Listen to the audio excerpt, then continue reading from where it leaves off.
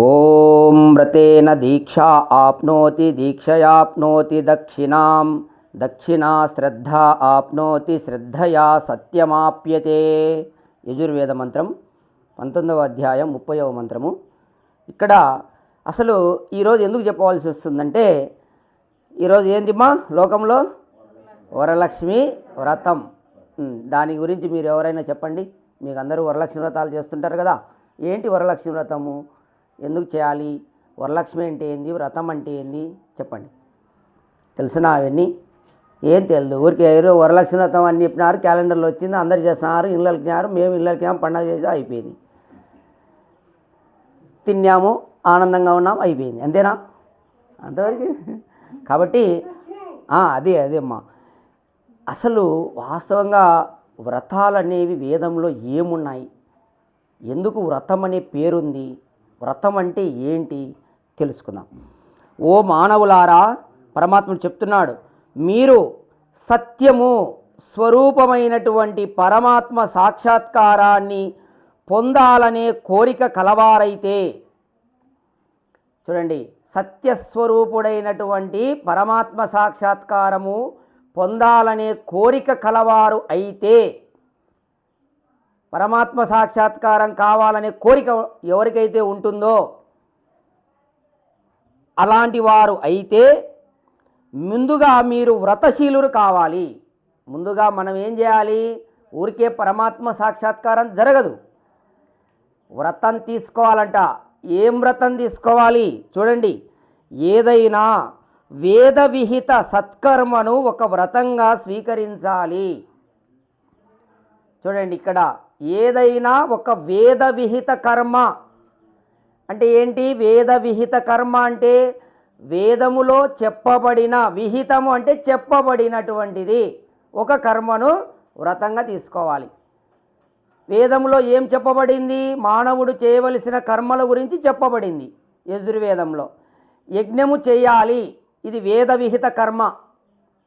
దీన్ని ఎట్లా ఒక వ్రతంగా తీసుకోవాలంట. నువ్వు ముందుగా పరమాత్మ సాక్షాత్కారం కావాలంటే ఒక వేద విహిత కర్మలను వ్రతంగా తీసుకోవాలి. తీసుకున్న తర్వాత మనఃపూర్వకంగా ఇష్టపడి, చూడండి, తీసుకున్న తర్వాత ఏం చేయాలి? ఇష్టపడి, మనస్ఫూర్తిగా ఇష్టపడి ఆ సత్కర్మను గట్టి సంకల్పము చేసుకోవాలి. తర్వాత అందరూ చేసి ఉంటారు ఒక మనసులో ఒక సంకల్పం, అది దాన్ని కొద్ది రోజులు చేసి తర్వాత మళ్ళీ దాని మీద అది వదిలేస్తారు. అట్లా కాదు, ఇక్కడ ఏం చేయాలి? గట్టి సంకల్పం చేయాలి. ఏది? నువ్వు నీ పరమాత్మ సాక్షాత్కారం జరిగేంత వరకు నువ్వు అట్లనే గట్టి సంకల్పం ఉండాలి. ఏది? ఆ వ్రతం, నువ్వు తీసుకున్నటువంటి వేద విహిత కర్మ, అది ఒక వ్రతం. వ్రతం అంటే చిట్ట చివరి వరకు, నా లక్ష్యం నెరవేరేంత వరకు వదిలిపెట్టకుండా దీన్ని చేస్తాను, దాన్ని వ్రతం అంటారు. మన లక్ష్యం నెరవేరేంత వరకు దాన్ని చేస్తాను, ప్రతి అనుక్షణం, ప్రతి దినం.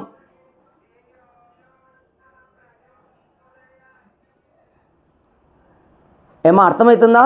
దాన్ని వ్రతం అంటారు. ఈరోజు ఒక్కరోజు చేసేది వ్రతం కాదు. నీ లక్ష్యం ఏది? నీ లక్ష్యం పరమాత్మ సాక్షాత్కారం. ఆ లక్ష్యం నెరవేరేంత వరకు ఈ వ్రతాన్ని ఏదైతే నువ్వు తీసుకున్నావో దాన్ని చేస్తూనే ఉండాలి. అది ఎట్లా చేయాలి? మనస్ఫూర్తిగా చేయాలంట, బాగా ఇష్టపడి చేయాలి. ఇది చాలా ఇంపార్టెంట్ వర్డ్, అండర్లైన్ చేసుకోండి. చాలామంది ఏం చేస్తారంటే 2-3 రోజులు ఇష్టం ఉంటుంది, ఒక వారం పోతే మళ్ళీ మామూలు అయిపోయి ఉంటాడు, అంత శ్రద్ధ ఉండదు, అంత ఇష్టపడడు. ఫస్ట్లో ప్రేమించుకుంటారు, పెళ్లి చేసుకుంటారు, బాగా ఇష్టంగా ఉంటారు. ఓ సంవత్సరం తర్వాత చూడండి ఏముండవు, వద్దు కొట్లాడుకుంటారు, చంపుకునేవి కూడా జరుగుతున్నాయి. ఇష్టం ఉండదు కొన్నాళ్ళు. అట్లా కాదు, ఇది ఇష్టపడి మనఃపూర్వకంగా ఆ సత్కర్మ చేయ గట్టి సంకల్పము చేసుకోవాలి. అందువలన అతనికి దీక్ష, పట్టుదల కలుగుతుంది. ఏమ్మా, పట్టుదల అనేది ఎప్పుడు వస్తుంది? ముందు నువ్వు ఒక వ్రతం తీసుకోవాలి. ఫస్ట్ ఒక కర్మ నేను చేయాలి అని నువ్వు దాని వ్రతం తీసుకొని సంకల్పం గట్టిగా చేసుకున్నాక ఇష్టపూర్వకంగా చేస్తుంటే నీకు పట్టుదల పెరుగుతుందంట. అర్థమైందా? నువ్వు యోగాకు రావాలి, అది మనసులో అనుకున్నావు, దాన్ని ఏం చేయాలి? గట్టిపరుచుకోవాలి. గట్టిపరుచుకొని ఇష్టపూర్వకంగా చేస్తుంటే పట్టుదల పెరుగుతుంది. దీంతో సాధించాలా, లోపల పోవాలా, చూడాలా. ఆ పట్టుదల ఊరికనే రాదు అందరికీ. ఎవరైతే ఇష్టపూర్వకంగా చేస్తుంటాడో అతనికి పట్టుదల పెరుగుతుంది. ఆ దీక్షయే అతనికి దక్షిణలను, కొన్ని లాభాలను కలిగిస్తుంది. దక్షిణ అంటే లాభం, అధికారమని.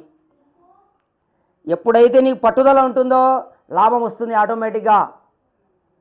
ఏ పనిలో అయినా సరే, బాహ్యంగా ఏ పని అయినా తీసుకో, పట్టుదలతో చెయ్యి, లాభం ఎందుకు రాదో చూడు. గట్టిగా నేను పట్టుకొని ఇది చేస్తాను, లాస్ట్కు లాభం పొందుతావు నువ్వు. భౌతికమైనా సరే, ఏ పనైనా సరే.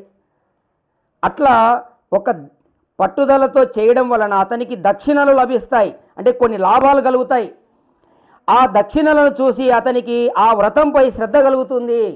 కొంత లాభం చూసినాడు అనుకో, అప్పుడు ఏమవుతుంది, శ్రద్ధ కలుగుతుంది, దీంతో ఏదో చాలా ఉంది, ఇంకా నేను లోతు పోవాలా అని శ్రద్ధ ఏర్పడుతుందంటే. శ్రద్ధ అంటే ఒక దాని మీద నీకు శ్రద్ధ కలగడానికి ప్రాసెస్ చూడండి. ఫస్ట్ వ్రతం తీసుకోవాలి, ఆ వ్రతాన్ని గట్టి సంకల్పం చేయాలి, సంకల్పం చేసిన తర్వాత పట్టుదలగా మారాలి, పట్టుదలగా మారిన తర్వాత అది శ్రద్ధ కావాలి.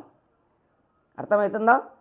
ఆ పట్టుదల వల్ల కొంత లాభం చూస్తారు, దక్షిణ అంటారు. ఆ దక్షిణ వల్ల నీకు శ్రద్ధ కలుగుతుందంట. ఈ పూజారులకంతా దక్షిణ ఉంటేనే శ్రద్ధ ఉండేది. నువ్వు దక్షిణ పెట్టను అని చెప్పు, చెయ్యరు. దక్షిణ అంటే అదే అన్నమాట, లాభం. లాభం, ఒక పని చేస్తే లాభం ఉండాలా.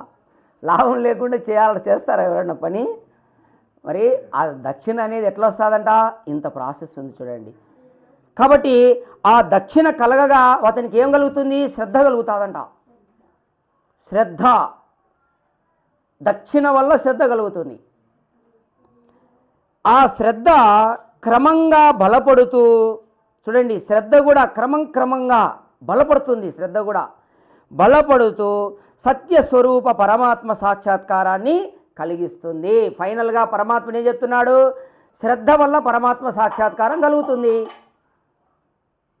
ఏదో ఒక డిస్టర్బెన్స్, ప్రతి ఒక్కరూ ఏదో ఒకటి చేస్తూనే ఉంటారు. ఎవరికి ఏది పుడితే అది డిస్టర్బెన్స్ చేయడమే వాళ్ళ పని. మరి ఇక్కడ ఉపదేశం జరుగుతూ ఉంది, శ్రద్ధగా విందాము, ఏముండదు. ఎవరైనా అంతే. కాబట్టి ఫైనల్గా మనకి ఇక్కడ పరమాత్ముడు చెప్పేది ఏంటంటే, శ్రద్ధ వల్ల పరమాత్మ సాక్షాత్కారం కలుగుతుంది. శ్రద్ధ లేని వాడికి పరమాత్మ సాక్షాత్కారం లేదు. శ్రద్ధ కలగాలంటే దీనికి ముందర 3 ఉన్నాయి. వ్రతం తీసుకోవాలి. వ్రతం అంటే ఏది? ఇటువంటి కర్మలు. వ్రతం అంటే సత్కర్మలు. సత్కర్మలను వ్రతంగా తీసుకోవాలి. ఏది? నేను గాయత్రి జపం చేస్తాను ఈరోజు నుంచి, నా లక్ష్యం నెరవేరేంత వరకు, అదొక సత్కర్మ. అర్థమవుతుందా? అలాగే యజ్ఞం చేస్తాను, లేదు సంధ్య చేస్తాను, లేదు ఎక్కడైనా గోవులకు నేను పోషిస్తాను, ఒక వ్రతం అన్నమాట. వేదంలో చెప్పబడిన కర్మలు అన్నమాట. యోగాభ్యాసం చేస్తాను, వ్రతం. అట్లా వ్రతం తీసుకోవాలి. వ్రతం తీసుకున్న దాన్ని ఏం చేయాలి? గట్టిపరుచుకోవాలి, గట్టి సంకల్పం చేయాలి. నా వ్రతం ఎట్టి పరిస్థితుల్లో, ఎన్ని అవాంతరాలు ఎదురైనా నేను వ్రతాన్ని మాత్రం ఇచ్చిపెట్టను. ఈ పొద్దు ఇంకా నాకు కుదరలేదులే, నేను వాయిదా, అట్లా ఉండకూడదు. వ్రతం అంటే అది కాదు. మళ్ళీ ఒక వారం గ్యాప్ ఇచ్చిపెట్టి, మళ్ళీ ఒక నెల తర్వాత చేసి, మళ్ళీ కొత్త వ్రతం తీసుకొని అయ్యప్ప స్వామి వ్రతం, ఇవన్నీ కాదు. అట్లా కాదు. వ్రతం అంటే నీ కష్టాలు ఎన్నైనా సరే ఆ వ్రతం చేసిన తర్వాతే అవి మిగతావి చేసుకోవాలా. అది వచ్చిందని ఇది పక్కన పెట్టి మళ్ళీ ఇది అట్లా చేయకూడదు. దాని వ్రతం అన్నారు. అర్థమవుతుందా? అటువంటి సత్కర్మను, ఒక వ్రతాన్ని గట్టిగా సంకల్పం చేసి తర్వాత పట్టుదలగా దాన్ని చేస్తూ, ఆ పట్టుదల వల్ల నీకు లాభం కలుగుతుందంట. చూడండి, అందరూ బాగా గుర్తుపెట్టుకోండి. మీరు కూడా మీ గృహంలో ఏదైనా సరే పట్టుదలగా చేస్తే మీరు లాభం పొందుతారు. అది భౌతికమైన పని అయినా ఏదైనా సరే లాభాన్ని పొందాలంటే పట్టుదల ఉండాలి. ఆ పట్టుదల వల్ల లాభం కలిగితే నీకేమవుతుంది? లాభం వస్తుందంటే శ్రద్ధ కలుగుతుందంట. మంగతయ్య ఆడేవాళ్ళు కూడా కూర్చుంటారు. కూర్చున్నాక వానికి లాభం కలుగుతుందంటే ఇంకా కూర్చుంటాడు అనమాట. ఇంకా సాధ్యం చూస్తాడు. శ్రద్ధ అనమాట. ఇంకా శ్రద్ధ పెడతాడు లాభం చూసి. అట్లా ఏదైనా లౌకికంగా తీసుకున్నా కానీ, అది పారమార్థికంగా అయినా కానీ, లాభం వల్ల ఏమవుతుంది? శ్రద్ధ కలుగుతుంది. లాభం లేకుంటే ఎవరికి శ్రద్ధ కలుగుతుంది చెప్పండి? శ్రద్ధ కలుగుతుందా ఎవరికైనా? లాభం కోసమే కదా ఇవన్నీ చేసేది. కాబట్టి ఆ శ్రద్ధ ఏమవుతుంది, రోజు నువ్వు అలా చేయడం వల్ల బలపడుతుందంట. ఏది? కర్మానుష్ఠానం వల్ల అవి జరుగుతుంటాయిలే. మరి నేను చెప్పాను కదా, కర్మ అనుష్ఠానం వల్ల అంటే తొందరగా ముగిచ్చేసేయి అని అర్థం అనమాట. దాని సింబల్స్ అవి అట్లా అయ్యే ప్రకృతి కూడా మనకు అట్లే చెప్తుంది. కాబట్టి క్రమక్రమంగా ఈ శ్రద్ధ అనేది కూడా బలపడుతుంది. శ్రద్ధ కూడా గట్టి శ్రద్ధ బలపడాలి. కొంచెం కొంచెం శ్రద్ధ సరిపోదండి. ఆ శ్రద్ధ వల్ల నీకేం కలుగుతుంది? ఫైనల్గా పరమాత్మ సాక్షాత్కారం కలుగుతుంది. ఇది ప్రాసెస్ అని పరమాత్ముడు చెప్తున్నాడు ఈ మంత్రం ద్వారా. కాబట్టి అందరూ కూడా ముందు వ్రతం తీసుకోండి. ఈ చాతుర్మాసాలలో మీరందరూ యజ్ఞాలు చేయండి. భగవంతుని ఉపాసన రోజు 1 గంట చేస్తాను అని ఒక వ్రతం తీసుకోండి. ఈ 4 నెలలు చూడండి ఒకసారి. పరమాత్ముడు చెప్తున్నాడు కదా, ఊరికి రావాలంటే రాదండి ఏది కూడా ప్రపంచంలో. ఊరికి ఏది రాదు. అట్లాంటిది మనము పరమాత్మ సాక్షాత్కారం జరగాలంటే ఊరికి రాదు.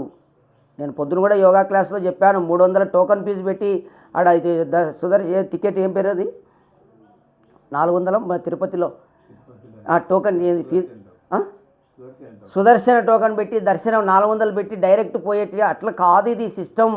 పరమాత్మ సాక్షాత్కారానికి ప్రాసెస్ ఉంది. డబ్బులు పెడితే కొనేది ఇచ్చే దర్శనం కాదు. అర్థమవుతుంది అందరికీ? సరే. ఓం